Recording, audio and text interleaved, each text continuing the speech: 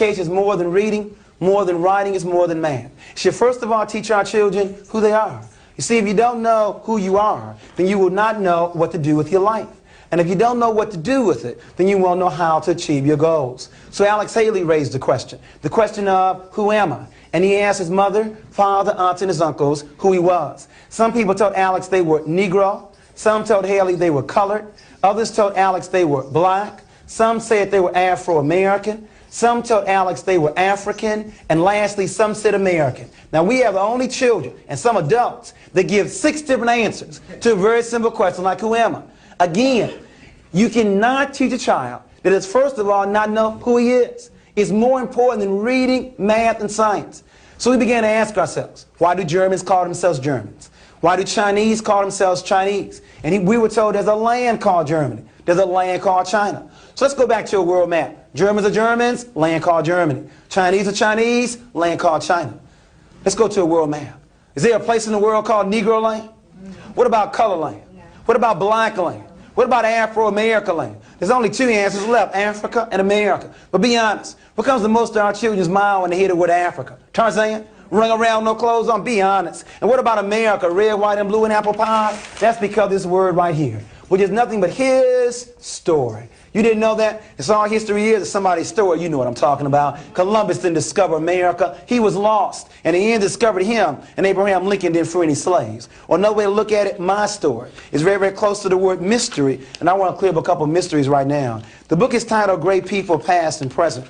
What happened to a people that built the pyramids and yet now live in projects? What happened? What happened to a people that are the first to read and write using a term called hieroglyphics and yet now can no longer read or write? In essence, what happened to a people in terms of Egypt? It's amazing. King Tut came to America and we didn't realize that King Tut was one of us. Somebody mysteriously took Egypt out of Africa and placed it in the Middle East. Now, how do you take a country out of a continent and then call it something else? As a result, we didn't realize that Egypt is in Africa. Egyptians are Africans, and we were the ones that built those pyramids. But my new history book, Lessons from History, Celebration in Blackness, for elementary, and there's also one for high school. You see, we are concerned about some issues here. The first one being, where do you start? You see, we have found that many black youth are embarrassed talking about the history. The Jews, now about the Holocaust, but us about slavery. I think one reason is where you start. The law says where you start will determine where you end up. Now, where do you want to start our children? If they started in 1619, they start on a plantation. That means they'll probably end up in a ghetto.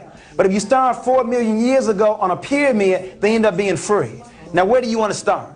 On a plantation or on a pyramid? Because depending upon where you start will determine where they end up.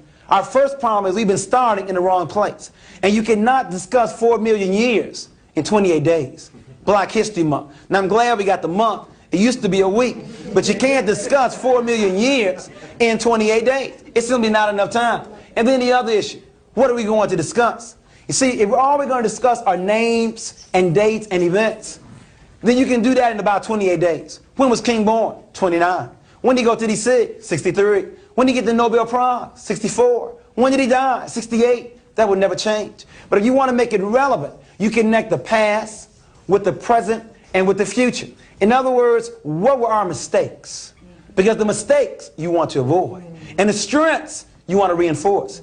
I'll say it clearly. Those that don't know their history, don't know their mistakes, are destined to repeat it over and over and over and over again. Our children need to know their story. And it did not start here. And it should be more than just names and dates and events.